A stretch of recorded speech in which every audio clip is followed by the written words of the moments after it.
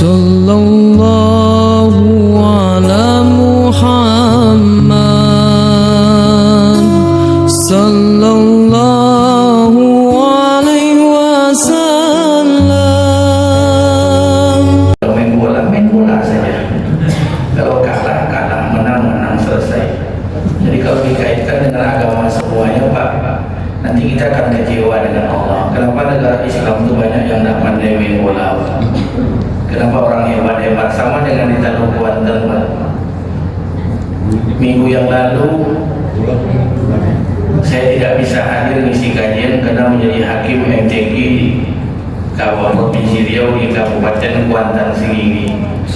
Karena dalam moto malam mengaji, siang berpacu jalur. Pas pacu jalur disampaikanlah bahwa yang menang itu luar biasa, kalau yang kalah itu mengatakan luar biasa, Ustaz. Di dayung perahu itu tidak mau, Ustaz, ada sesuatu yang menahannya. Tidak usah, kalau usah pakai kaitan-kaitan, Pak. Kenapa ketika pacu jalur banyak orang jalur dari Indragiri Hulu, dari Rengat itu menang? Karena setahun sebelum pacuan dia sudah latihan, Pak. Kalau kita seminggu sebelum pacu baru latihan. Nanti kalau kalah dikaitkan dengan perkara-perkara mistik, ini tidak masuk akal. Kita logis-logis saja. Sama dengan kita, istri kita hamil, Ustaz, kalau hamil nanti istri, Ustaz, tengok yang baik-baik. Kalau nampak nanti yang tidak baik, hindari. Kalau nonton film jadi pelakon aktornya orang ganteng-ganteng. Karena kalau buruk, beko anak awak jadi buruk. Tidak ada kaitan, Pak. Apanya buruk, amaknya buruk, pasti anaknya buruk. Jadi jangan dibawa tajuk perempuan. Kalau ayahnya hitam, mamanya hitam, insya Allah anak hitam. Kalau ada anak putih, itu perlu tes DNA. Jadi tidak usah bawa-bawa, bisa-bisa saja. Alhamdulillah, hari ini Allah Subhanahu Wa Taala berikan kesempatan untuk menyibukkan diri, untuk melelah-lelahkan badan, meletih-letihkan pikiran dalam rangka berubudiyah kepada Allah Subhanahu Wa Taala. Baik Bapak Ibu yang dimuliakan Allah, kita lanjutkan kajian kita Qisasul Anbiya, kisah para nabi dan kisah para rasul dalam Al-Quran, dan kita akan mengambil hikmah dari setiap kisah yang Allah ceritakan dalam Al-Quran. Dalam Quran surat Al-A'raf, kalau saya tidak salah, ayat 179, Allah mengatakan dalam Al-Quran, A'udzubillahi minasyaitonirrajim, Bismillahirrahmanirrahim. Apa kata Allah? Wa laqad zara'na li jahannama katsiran minal jinni wal ins.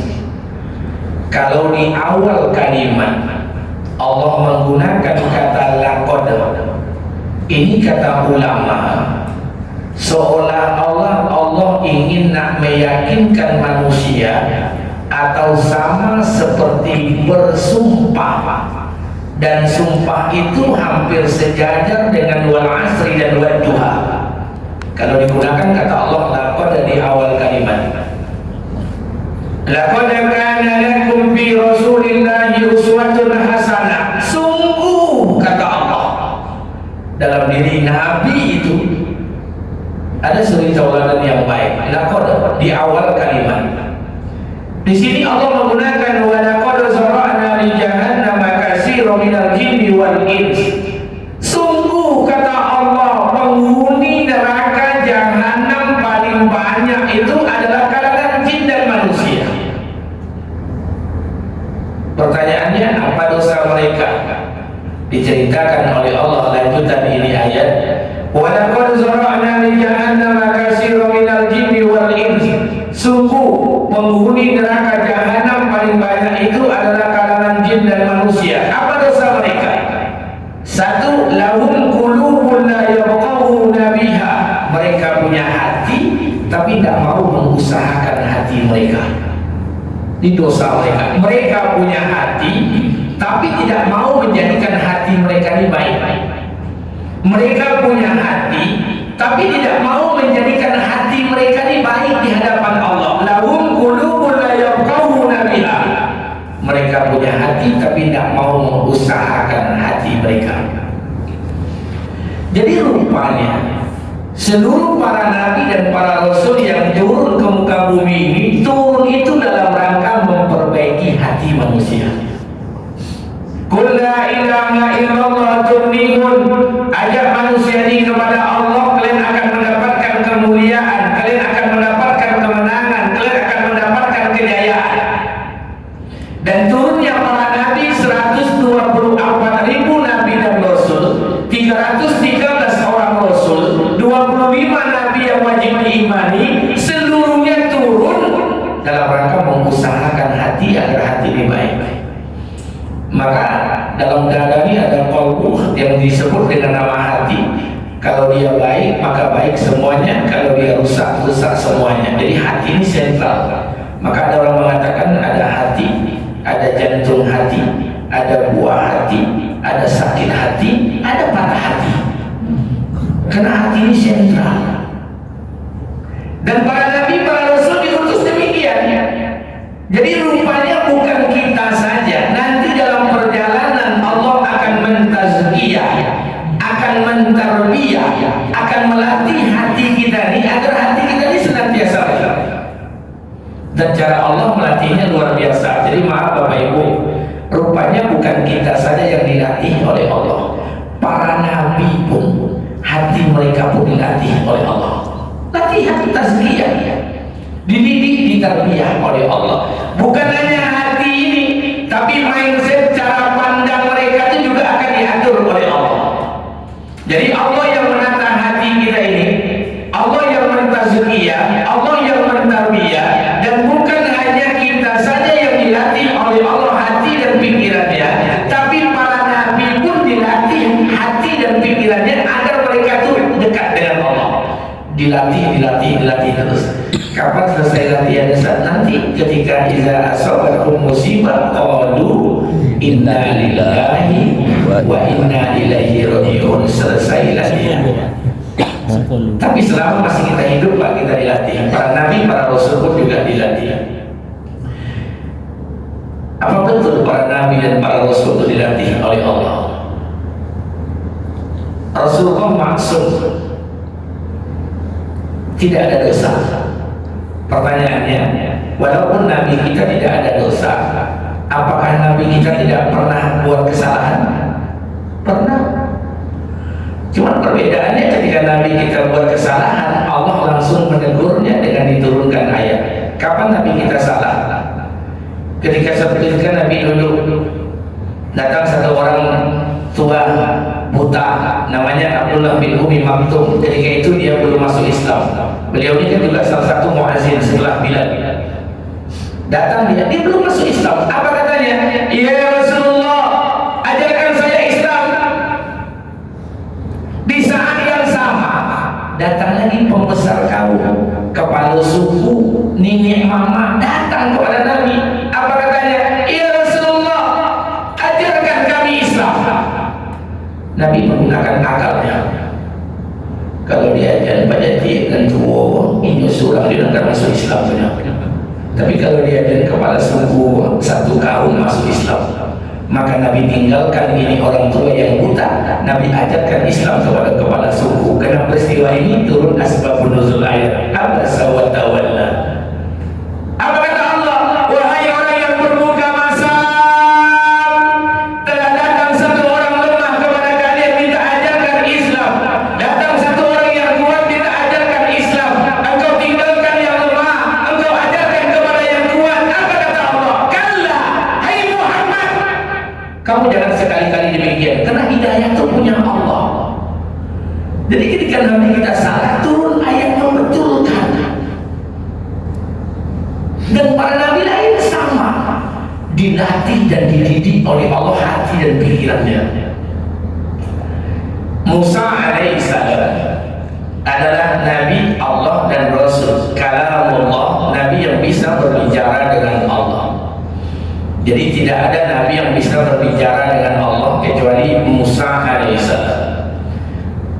Berapa kali Nabi Musa alaihissalam berbicara? Sebagian riwayat mengatakan 2 kali di tempat, 2 kali di Bukit Tursina. Tursina itu mana? Di semenanjung Sinai. Di tempat Nabi Musa alaihissalam menerima wahyu. Nabi Musa alaihissalam adalah Nabi dan Rasulnya Allah. Pernah kita ceritakan sedikit kita Nabi Musa, tapi kita lanjutkan saja. Ketika Nabi Musa dibesarkan di singgasana Fir'aun, berapa lama Nabi Musa dibesarkan di singgasana Fir'aun? 40 tahun. Ketika Nabi Musa keluar dari singgasana Fir'aun, ini maaf, maka Nabi Musa berjalanlah di daerah Memphis. Memphis itu ada berhala besar. Jalan. Dilihatlah oleh Nabi Musa ada dua kelompok pemuda yang bertikai, berkelahi, bercakap. Kelompok yang pertama namanya bangsa Kibti, kelompok kedua namanya bangsa Bani Israel. Jadi di Mesir itu ada dua kelompok bangsa besar. Yang pertama namanya bangsa Kibti. Bangsa Kibti ini bangsanya Fir'aun. Kalau dalam bahasa kita kastanya kasta Brahma, orang terhormat, pejabat, kontraktor, eselon 3, PNS, atau bangsa Kibti. Yang kedua Bani Israel. Nah, Bani Israel ini kastanya kasta sudra, bangsa rendahan, supir, kernet, mania jambu, apa itu kelompoknya, bangsa rendah.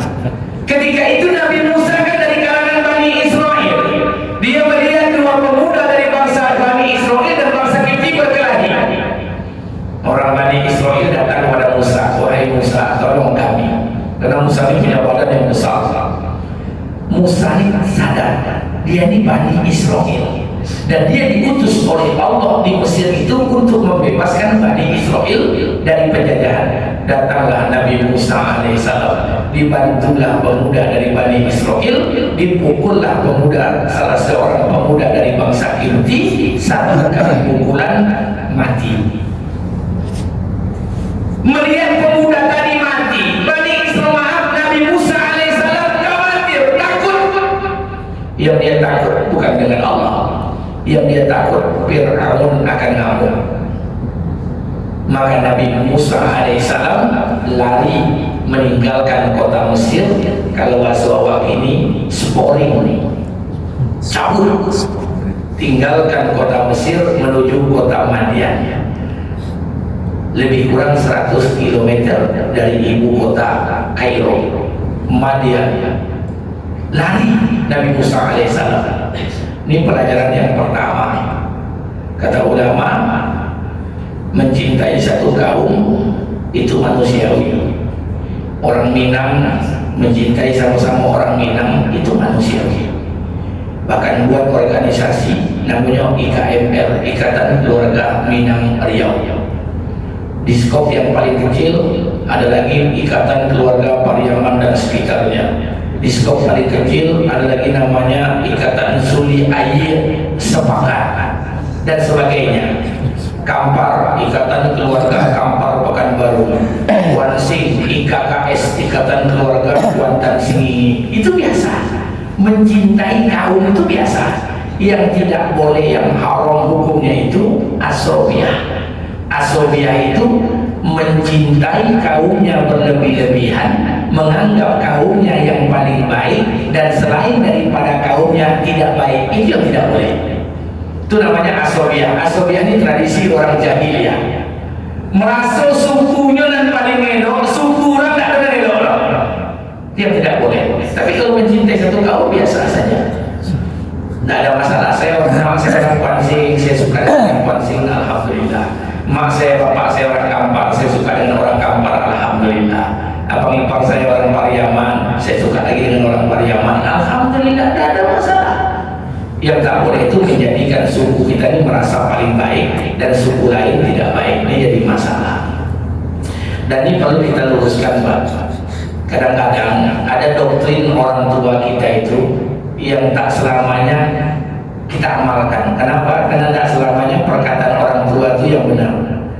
Tapi kalau dia salah perkataan ibu kita, ini maaf, kita luruskan tapi dengan cara hikmah. Ada tradisi salah satu suku yang ada di Provinsi Riau ini. Orang tuanya itu buat doktrin. Nah, besok kalau tamat SD yang masuk SMP, habis SMP yang masuk SMA, habis SMA yang kuliah. Lah selesai kuliah cari kerja. Kok dapat besok jadi PNS, jadi kerja, pengusaha, lah banyak rezeki, nikahlah. Terserahlah, carilah pasangan hidup yang bisa sejalan, seirama. Omak tidak akan ikut campur dong. Tapi kalau dapat, kata omaknya, jadi bini itu jangan sampai kurang barat.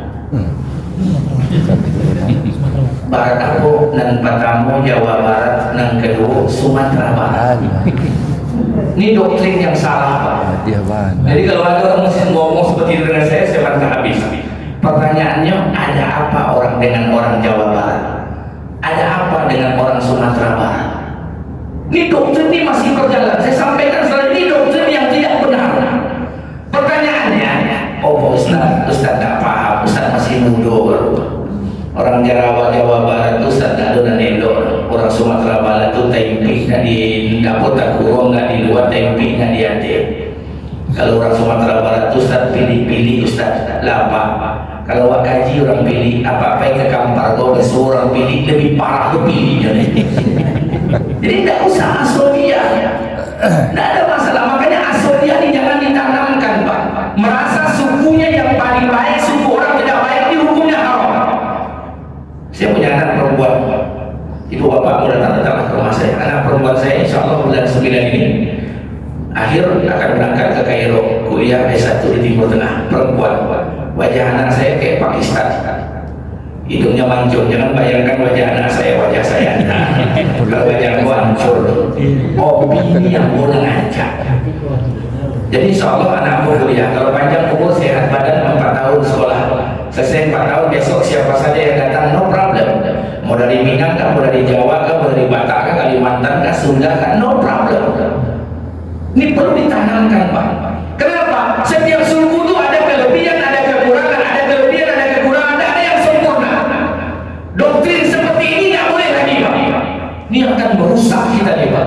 Dari Minang, oh alhamdulillah, umat Nabi Muhammad dari Sumatera Barat. Dari Melayu, alhamdulillah, umat Nabi Muhammad dari tanah Melayu. Orang Jawa, umat Nabi Muhammad dari tanah Jawa. Selesai. Tidak ada lagi asobia, tidak ada lagi merasa paling baik sukunya dan merasa suku orang tidak baik. Tidak ada. Hilangkan ini. Ini pelajaran buat kita. Kalau hanya sebatas mencintai, boleh. Dari kota Mesir, Nabi Musa berangkat ke kota Madian. Di kota Madian itulah Nabi Musa menemukan istrinya. Siapa nama istri Nabi Musa? Ummu Saburah. Tubihi Nabi Musa. Siapa dia? Sebagai ulama berbeda pendapat. Pendapat yang pertama mengatakan Ummu Saburah ini putrinya Nabi Su'aib. Pendapat kedua mengatakan bukan putri Nabi Su'aib. Ummu Saburah ini anak tokoh ketika itu yang ada di kota Madian. Pendapat yang ketiga mengatakan bahwa istri Nabi Musa ini anak dari keponakan Nabi Su'aib. Ulama berbeda pendapat. Sebagian yang kuat pendapatnya mengatakan dia adalah salah seorang anak tokoh daripada kota Madian. Kalau ada yang mengatakan putri Nabi Su'aib, sejarah mencatat tidak ketemu jalurnya Nabi Su'aib dengan Musa. Kenapa? Jarak Su'aib dengan Musa itu 480 km, 480 tahun. Tidak bersuhu jaraknya. Dari mana jalurnya? Ibrahim kan punya istri 4. Yang pertama Sarah, yang kedua Hajar, yang ketiga namanya Kentura, yang keempat namanya Yasjur binti Amar. Nabi Su'aib lahir dari jalur istri ketiga. Kentura ini punya anak istri ketiga Ibrahim 6. Salah satu 6 tadi anaknya diberi nama Madian atau disebut dengan nama Madian. Madian punya anak Yasur, Yasur punya anak Mikail, Mikail punya anak Su'aib alaihissalam. Sementara Nabi Musa itu lahir dari jalur Sarah. Sarah punya anak Ishak, Ishak punya anak Yakub, Yakub punya anak Lewi punya anak Azar, Azar punya anak Muhid, Muhid punya anak Qohat, Qohat punya anak Imran. Dari Imran lahirlah Musa alaihissalam. Jarak Musa dengan Suhaib 480 tahun. Jadi nggak ketemu jalurnya. Tapi siapapun itu Musa Pura bin Nabi Musa dan pontiang batino selesai. Jadi nggak usah berkata ini anak Nabi Suhaib dan serah. Yang penting Nabi Musa menikah selesai. Menikahlah Nabi Musa dengan Musa Pura. Apa maharnya? Mengembala kambing 8 tahun ditambah 2 tahun 10 tahun. Kira-kira maharnya kok dengan barang atau jasa? Jasa. Kira-kira itu boleh tak ini awak buat dengan mahar itu jasa, bukan lagi barang. Baik. Saya sampaikan kepada kita bersama. Kita bicarakan kisah Nabi Musa. Karena nanti ketika Rasulullah turun, maka seluruh syariat-syariat yang tidak dilegitimasi itu dibatalkan semuanya. Yang kita dengar adalah syariat yang dibawa Nabi Muhammad. Tapi ada syariat yang dilegitimasi. Seperti pelaksanaan ibadah haji, tawaf, sa'i. Itu kan millat Ibrahim Hanifah. Masih dilegitimasi oleh Rasulullah menjadi syariat. Menikahlah Nabi Musa alaihissalam dengan mahar 8 tahun mengembala hewan ternak ditambah 2 tahun 10 tahun. Dan ini pelajaran buat kita. Jadi besok kalau menikahkan anak, tidak usah maharnya tinggi-tinggikan. Kalau di Arab itu Bapak Ibu kalau pergi haji atau umroh, itu orang-orang Arab itu menikahnya sama-sama orang Arab saja. Yang orang awak yang menikah di Arab itu pasti suaminya orang awak, dia nanti tinggal di Arab dulu. Orang Madura sama Madura, Jawa sama Jawa sama. Kenapa? Karena di Arab kan maharnya besar-besar. Satu buah hotel itu baru bisa nikah. Maka saya katakan mohon maaf kalau kita nih, negeri kita ini kan jauh daripada negeri Nabi. Ada jarak 9 jam 30 menit jarak rumah kita dengan rumah Nabi. Ditempuh dalam jangka waktu yang sangat panjang. Kita tidak pernah jumpa Nabi, tidak pernah lihat wajah Nabi, tak pernah hidup di zaman Nabi. Kita belajar mencintai Nabi di negeri yang paling jauh. Tidak pernah kita menjumpai Nabi, tidak pernah kita tahu wajah Nabi itu seperti apa. Tapi di negeri yang jauh ini kita belajar mencintai Nabi. Mohon maaf, maka mencintai Nabi itu Pak, tidak semudah membalikkan telapak tangan. Tidak semudah membalikkan telapak tangan. Mencontoh Nabi itu tidak semudah membalikkan telapak tangan. Coba bayangkan bagaimana tidak semudah membalikkan telapak tangan. Bapak Ibu bayangkan bagaimana seseorang yang tidak pernah berperang ditakuti oleh orang yang ahli perang. Bagaimana mungkin orang yang ahli perang tunduk sama orang yang tak pernah berperang? Umar bin Khattab tunduk dengan Rasulullah SAW. Bagaimana mungkin satu orang perempuan gadis umur 8 tahun, umur 9 tahun senang dinikahi oleh seorang manusia berumur 40 tahun, 50 tahun? Aisyah radhiyallahu anha. Cerita bisa cerita ini banyak kita baca, tapi psikologi yang terjadi saat itu takkan pernah bisa kita pahami. Maka tidak semudah membalikkan telapak tangan. Kita ini masih belajar mencintai Nabi. Maka Nabi Musa menikah dengan Ummu Sapura dengan mahar 8 tahun mengembala hewan ternak ditambah 2 tahun 10 tahun. Selesai pernikahan, takonang kampung, balik kampung. Di mana kampungnya? Mesir. Dibawalah istrinya Musa dan rombongannya menuju kota Mesir. Sampai di tengah perjalanan yang tidak jauh dari semenanjung Sinai di Bukit Tursina, nampak oleh Nabi Musa ada cahaya api. Nabi Musa alaihissalam tinggalkan istrinya, tinggalkan kali kerabatnya, dia naik ke atas Bukit Tursina. Disinilah mulai ceritanya. Allah ingin mentazkiyah hati dan akal Musa. Ketika diperintahkan oleh Allah, Allah berbicara, wahai Musa, ini bukit suci, buka sandal, naik. Nabi Musa kan kebiasaannya megang tungkek, Pak. Tongkat Nabi Musa itu tak ada zaman kini ya, Pak. Jadi kalau ada orang menyopi, alhamdulillah Ustaz, aku petang ke Jawa, dapat tungkek kecil orang, ikutlah tungkek Nabi Musa, mandunto. Nabi Musa naik ke atas, ketika naik ke atas bukit Tursina, apa kata Allah? Hai Musa, kata Allah, hai Musa, apa yang ada di tanganmu itu? Allah tanya, apa yang di tanganmu itu apa? Apa kata Nabi Musa? Ya Allah, ini tongkat gua asoya. Dengan tongkat ini aku bisa berjalan. Dengan tongkat ini aku mengambil daun-daunan. Dengan tongkat ini aku bisa bersandar. Dengan tongkat ini aku bisa beristirahat. Dengan tongkat ini aku mengembala hewan ternak. Dengan tongkat ini aku bisa berjalan. Dengan tongkat ini, dengan tongkat ini, dengan tongkat ini, dengan tongkat ini. Coba bayangkan. Allah bertanya cie, dijawab oleh Nabi Musa dengan 10 jawaban. Allah paling benci dengan wali kaulah. Jadi kalau ada orang bertanya cie, Pak cie je lah jawabnya.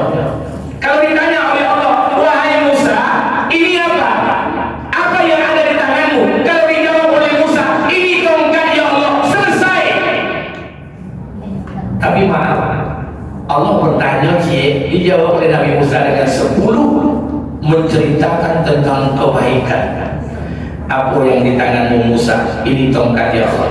Tongkatku ini, dengan tongkat ini aku bisa berjalan. Dengan tongkat ini mengambil daun-daunan. Dengan tongkat ini mengembala hewan ternak. Dengan tongkat ini aku bisa bersandar. Dengan tongkat ini aku beristirahat.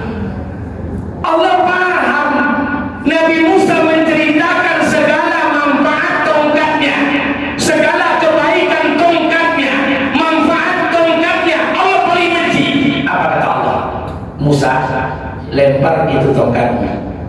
Ketika dilempar oleh Musa, berubah tongkat itu menjadi ular. Pak, Allah bukan ingin menunjukkan permainan sirkus.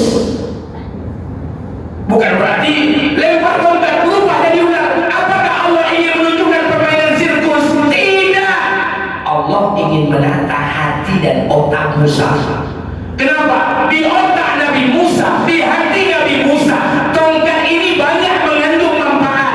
Bisa berjalan, bisa mengambil daun-daunan, bisa mengembala hewan ternak, bisa bersandar, bisa untuk istirahat. Allah tahu. Disuruh oleh Allah lempar itu tongkat, maka yang ada di otak dan hati Musa, tongkat itu mengandung manfaat, dirubah seketika itu oleh Allah menjadi ular yang menjadi mudarat buat Nabi Musa. Dirubah. Jadi coba dari ketik lah kan tua, Pak. Nabi Musa takut. Manusia mana yang tidak takut? Ketika tongkat dirubah jadi ular, ular itu mengejar Nabi Musa 3 hari 3 malam. Dikaja dia ular 3 hari 3 malam. Takut ya tidak, Pak. Awaknya dikaja jandul semalam panjang boleh. 3 hari 3 malam. Allah ingin tidak merubah. Tadi tongkat yang mengandung manfaat, sekarang dirubah oleh Allah tongkat yang mengandung mudarat. Berubah otak Musa, dikejar oleh ular. Kata Allah, la takhaf Musa, jangan takut. Kata Allah, pegang itu ular. Dipegang ikut dia Musa. Kata Allah, jadi ikut kapanunya pegang. Allah ingin nak berubah mindset cara pandang Musa. Dipegang oleh Musa kepala ular, tong ular itu berubah menjadi tongkat. Apa tujuan Allah? Allah ingin mengajarkan hati dan pikiran Musa bahwa kebaikan, manfaat dan mudarat itu Allah yang memberikan. Apa bedanya dengan awak ini, Pak? Kalau tidak bersawit anda, tidak akan sekolah anda. Kalau tidak pegawai ya Allah, anda tidak akan jadi orang anda. Dulu ya Allah tidak pegawai, jadi orang juga anda. Kalau tidak menabung mobil ya Allah tidak dituduh, tidak akan sarjana anda. Apa bedanya dengan perkataan Musa? Kalau tidak banyak anak tua yang dua, tidak akan jadi orang tu. Dulu mak awak dah ada punya roto. Ini dia awak sarjana yo S1, S2, S3 je. Siapa yang buat? Allah. Pak Ustaz, kami payah di rumah Ustaz. Lagi kami dah berhenti kerja. Kadang anak sekolah SPP tertunggak sampai bulan uang komite dan sebagainya LKS. Jadilah bantuan di masjid. Sebulan 2 bulan setelah itu meninggal laginya. Meratok-ratoklah bini di rumah. Udah Pak Ustaz, ada abang le Ustaz. Siapa nak bagi makan anak kami Ustaz? Siapa nak menggadangkan anak kami Ustaz? Dah selesai meninggal 3 hari sampai 10 hari. Tiba bantuan dari Basnas, tiba bantuan dari masjid, tiba bantuan dari Basnas kota. 3 bulan sampai bulan setahun sudah itu anaknya sekolah lancar, tak pernah nunggak, bini gabuk lepas soleh. Siapa nak bagi makan? Allah. Selama dia lagi nak makan, nak mati, nanti dia gabuk pada bini. Kita ni hidup bukan kerana suami, Pak. Berapa banyak hari orang punya suami susah hidupnya, ketika mati suaminya, anaknya semua sarjana. Siapa yang buat? Allah. Jadi kita jangan bertuhan dengan dunia ni, Pak. Bertuhan itu cukup dengan Allah. Karena Allah ni punya skenario dengan kehidupan kita. Sekarang saya tanya, Pak, ayah mak awak dulu punya skenario tak dengan hidup awak? Tak ada. Datang padang SMP dah jadi tuyung. Piti amak dah ada. Akhirnya awak sekolah SMA je, S1 je, S2 je, S3 je. Siapa yang buat? Allah. Allah punya skenario dengan anak-anak kita. Jadi jangan takut, Pak. Berapa banyak hari ini orang kaya, anaknya tak jadi apa-apa. Berapa banyak ayah ibunya yang miskin, anaknya semua sarjana. Siapa yang buat? Allah. Allah punya peranan dalam takdir anak kita. Jangan takut. Kita ni punya Allah. Jadi jangan khawatir. Berapa banyak yang ayah omaknya guru, anaknya cik pun tak jadi guru. Berapa banyak yang ayahnya tukang, omaknya menyuci baju di rumah orang, ketika-ketika anaknya jadi guru. Siapa yang buat? Allah. Jadi kalau seperti ini, makanya libatkan Allah dalam kehidupan kita, bukan kerana harta kita, bukan kerana kemampuan kita, tapi kerana Allah. Allah ingin ajarkan Musa, dikejar ular yang besar, yang selama tungkeko mengandung manfaat dirubah jadi ular. Kata Allah, la takhaf, jangan takut, pegang itu ular, dipegang kepala berubah jadi tongkat. Mulailah pikiran Nabi Musa jernih, hatinya mulai baik-baik. Sampai pada masanya Nabi Musa membawa Bani Israel keluar dari Mesir, dikejar oleh Fir'aun. Akhirnya Nabi Musa tersudut bersama Bani Israel di Laut Merah. Kan tersudut, dikejar Fir'aun di belakang. Apa kata Musa? Apa kata Bani Israel? Wahai Musa, Fir'aun di belakang kita, sementara di depan kita lautan. Bagaimana kita akan lari, Musa? Kita akan terbunuh, kita akan terbinasa, Musa. Musa tidak menggunakan akalnya lagi, tidak menggunakan akalnya lagi, tapi dia tundukkan akalnya. Dia berdoa kepada Allah, ya Allah, tolong kami. Kata Allah, Musa, ambil tongkatmu itu, pukul lautan. Kalau Musa mau dilawak kan bantu bongak, bantu jadi obat, tapi bongak. Kalau sempat Musa mau dilawak, pasti awak akan protes.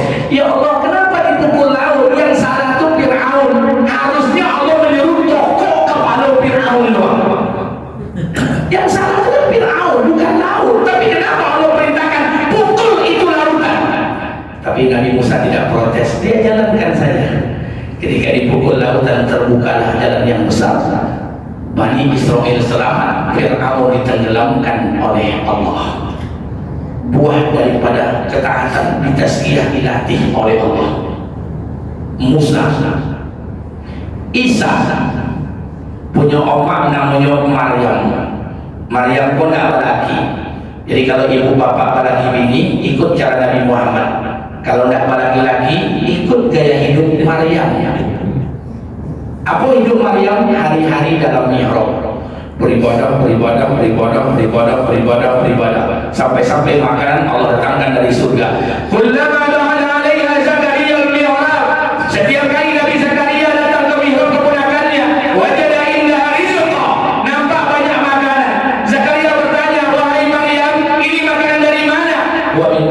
Jibrila. Ini semua datang dari Allah. Maka itu dihantarkan oleh Allah melalui malaikat Jibril setiap Maryam memerlukannya selama dalam mihrab beribadah.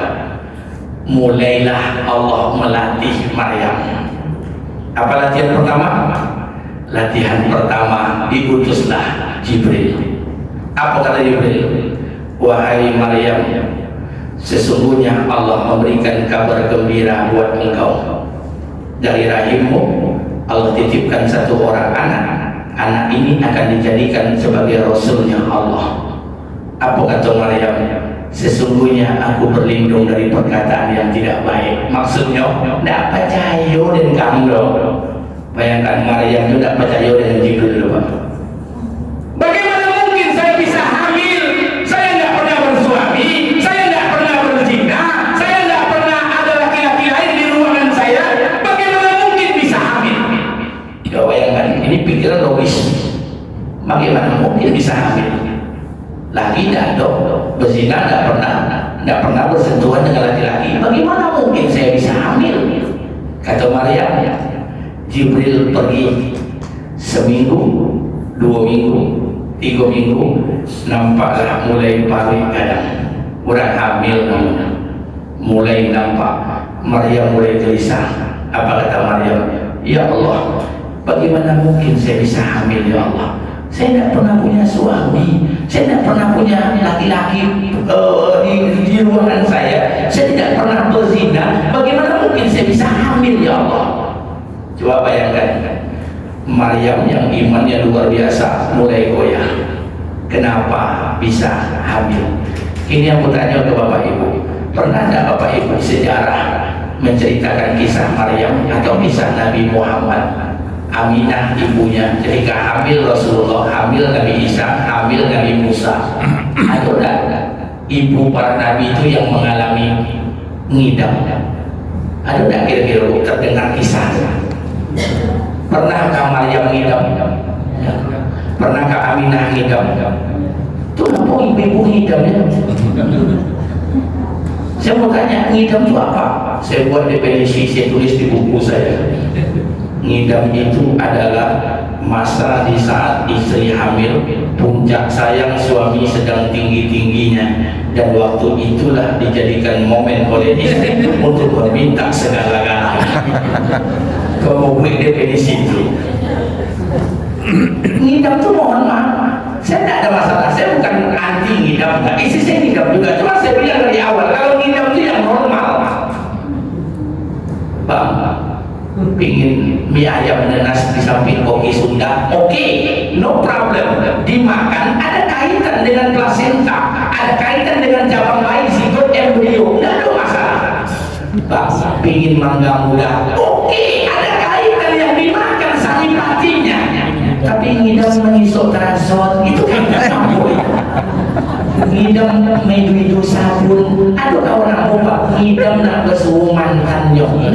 Nak kau tak. Jadi makanya mohon maaf kalau saya perempuan pun, kalau sempat saya hamil, saya ngidam, tidak minta mie ayam, saya minta Lamborghini.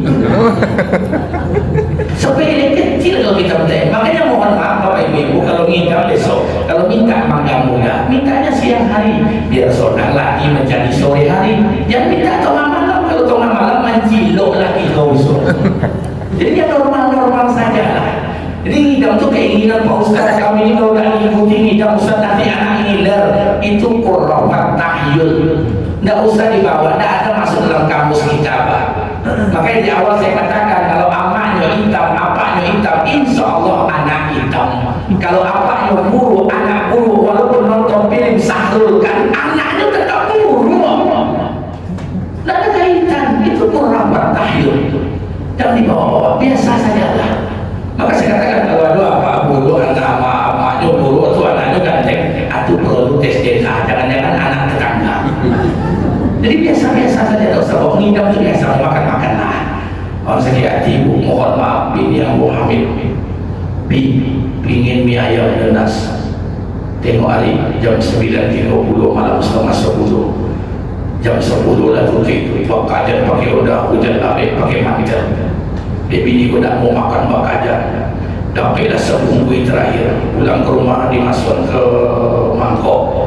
Sesentonya udah katanya, oh you sakit aja orang. Tapi begitulah, tidak ada masalah, begitulah keadaannya. Maka saya katakan kita biasa-biasa saja, tidak ada masalah. Kalau nginep jauh-jauh hari kasih tahu apa yang diinginkan, tapi kaitan dengan makanan kita penuhi, tapi yang lain lah. Kita lanjutkan sampai di mana tadi? Ayam. Mayam, namanya ayam. Kisah Maryam. Maryam hamil, tapi dia ragu akan kehamilannya. Kenapa bisa hamil? Maryam ragu akan kehamilannya. Kenapa bisa hamil ya Allah? Saya tidak punya suami, tidak pernah bersentuh laki-laki lain, tidak pernah berzina. Tapi kenapa saya bisa hamil ya Allah? Karena sedikit saja bergeser iman Maryam, Allah stop pertolongannya. Apa kata Allah? Hai Maryam, mulai hari ini aku tak akan kirimkan lagi makanan dari surga yang sebelumnya dihantarkan malaikat Jibril setiap pagi, setiap siang, setiap malam. Ketika Maryam meragukan kenapa bisa hamil, apa kata Allah? Hai Maryam, mulai hari ini aku tak akan kirimkan makanan lagi dari surga. Kalau kau ingin makan, di belakangmu ada batang korma. Pukullah batang korma itu. Dari kurma yang kau pukul itu, aku jatuhkan kurma-kurma basah dan makanlah engkau dengannya. Ikolah dalil pak yang dibuat di orang-orang yang tak mengerti dah. Jadi Ustaz, Maryam tu memukul-mukul kurma baru jatuh buah kurma. Itulah pancing tu kerajo. Kalau dah kerajo nak kena dapat kepiang lo. Kalau dah kerajo nak dapat piti lo. Kalau ada orang memahami seperti ini orang bodoh ni pak. Kenapa bodoh? Karena ayat itu turun, kisah itu turun bukan menceritakan kontennya kerajo. Bukan menceritakan pentingnya kerja. Kisah itu terjadi kenapa? Karena Maryam ragu. Kenapa bisa hamil? Tidak punya laki, tidak punya suami, tidak punya laki-laki. Kenapa bisa hamil? Allah ceritakan kisah itu seolah-olah Allah ingin nak mengatakan, apa kata Allah? Hai Maryam, apa yang kau ragukan? Adam dan Adam aku ciptakan tanpa ayah, tanpa ibu. Isa, maaf, engkau diberikan kehamilan tanpa suami. Apa yang kau ragukan kata Allah? Lihat batang kurma di belakangmu itu. Tidak ada kurma jantan, tidak ada kurma betina. Aku sanggup menurunkan kurma yang basah. Allah ingin mengajarkan Maryam, kurma itu sama di batang kurma, Pak. Kurma itu sama di batang sawit. Batang sawit itu, kalau sekapling bapak ibu punya sawit, batino sododo tidak ada jantan, potong terima tidak akan berbuah sawit itu. Mesti ada jantan batino. Salah kalau tidak dikawinin jantan batino tidak akan berbuah. Kurma di Mekah Madinah kalau tidak ada jantan batino tidak akan berbuah. Tapi kurma yang dimaksud di belakang itu batang kurmanya cilik, tidak tantu jantan batino je doh. Apa kata Allah? Kurma di belakang itu tidak tahu jantan perempuannya. Tapi aku sanggup menurunkan buah. Agar Maryam ini paham, ditatalah hati dan pikiran Maryam itu. Selesai. Mulailah Maryam menyadari. Makin kadang baru ya. Orang Bani Israel tidak menerima. Wahai Maryam, ayahmu Imran orang baik, ibumu orang baik, tapi kenapa kau jadi pendosa? Kau jadi pezina, kau hamil tak punya suami, kau hamil tak ada laki-laki, engkau ni pendosa besar. Ayah mak orang elok dibuli terus dengan Bani Israel. Akhirnya Maryam tak tahan, keluar dari tempat mihrabnya menuju daerah Bethlehem. Bethlehem itu ada kawasan kecil, ada rumah yang sangat kecil. Maryam tinggal di sana membawa kandungan yang besar. Datang Bani Israel kau memang kucing ngayi Pak. Kalau bahasa awak mati kau ciri perangai. Tak dilapinnya Maryam, dikadang dari Maryam. Wahai Maryam, kau pendosa, kau pezina, ayah mak kau orang elok, kau orang pendosa. Hari-hari dibuli. Siapa yang tahan hari-hari dibuli Pak? Melahirkanlah Maryam. Lahirlah anak Nabi Isa alaihissalam. Lahiran orang Bani Israel datang kepada dia. Alangkah celakanya engkau Maryam. Engkau punya anak tak punya ayah, tak punya suami. Engkau punya anak tanpa menikah. Engkau punya anak, engkau celaka, engkau pezina. Luar biasa. Kalau bahasa awak pezina itu apa Pak? Lonte. namun tidak ingin menggunakan bahasa lembut. Karena dulu yang awak tahu orang yang menjual kehormatan namanya lonte. Dosa dibagus-baguskan bahasa yang biasa-biasa lah, lonte. Lonte tidak lucu. Awak mencoba menghalus-haluskan bahasa lonte, berubah jadi WTS, wanita tunasusila, berubah jadi PSK, penjajah seks komersial. Kira-kira kerajaan itu sama atau tidak? Sama. Dulu namanya bencong, berubah jadi waria, berubah kini namanya transgender. Kerajaan itu sama atau tidak? Tidak perlu berubah bahasa, biasa-biasa aja. Bahkan besok bapak, mohon maaf, bapak ibu kalau gue kedai kopi, gue kafe, gunakan bahasa Indonesia yang baik, dosa gunakan bahasa Inggris. Kenapa? Karena berubah bahasa aku berubah ragu. Baik ke simpang Taman Karyawa dengan urusan ribu ada tukang lontong. Kopi hitam sekali-kadang 3.000, tapi sampai ke kafe black coffee sampai 47.000. Makanya itu kan lah, balik gado-gado, kau di simpang Nusa Riwa 7.000. Baik ke kafe vegetarian and potato 98.000. Barang itu. Baiklah kamu kobo, balik kopi susu 7.000 bang. Sampai dekat di kafe Vietnam Rib 83.000. Barangnya itu dia. Makanya terus selalu berubah biasa-biasa. Orang awak apa dikicu tadi ya pak. Iya betul. Barangnya itu dia. Makanya mohon maaf saya tidak ingin berubah bahasa. Bahasa biasa saja. Biar orang tahu generasi kita sudahnya bahwa kerjanya itu. Karena saya takut nanti dirubah bahasa dari bahasa halus, orang tidak tahu di mana mamanya kerja, katanya di PSK kerjanya. Aku kerja. Kita biasa. Bapak ibu bilang kata saya, no problem. Lahirlah. Siapa yang lahir tadi? Nabi Isa. Oe. Lahir. Bani Israel datang, dibully terus. Nggak tahan deh Maryam sampai pada batasnya. Langsung Maryam berdiri menggendong anaknya. Dia ingin menjawab. Kalau bahasa wak ini hak jawab. Kalau bahasa kerennya clarify. Kalau bahasa waknya membela diri. Maryam ingin bela diri, ingin menyampaikan yang sesungguhnya. Apa kata Allah? Maryam, uskun, diam kata Allah. Jangan kamu ngomong, uskun, diam kata Allah. Wah, bayangkan. Disuruh Allah diam, Maryam diam. Di balik diam Maryam inilah datang pertolongan Allah. Bayi yang baru dilahirkan berbicara. Dalam satu hadis, tidak ada bayi di muka bumi yang bisa berbicara kecuali hanya 4 bayi saja. Salah satunya adalah bayi Maryam. Apa kata Nabi Isa, bayi yang kecil ini? Dia ngomong, Ana Abdullah, atani al-kitab. Saya ini hamba Allah. Ketika itu Bani Israel nampaklah oleh mereka kehebatan.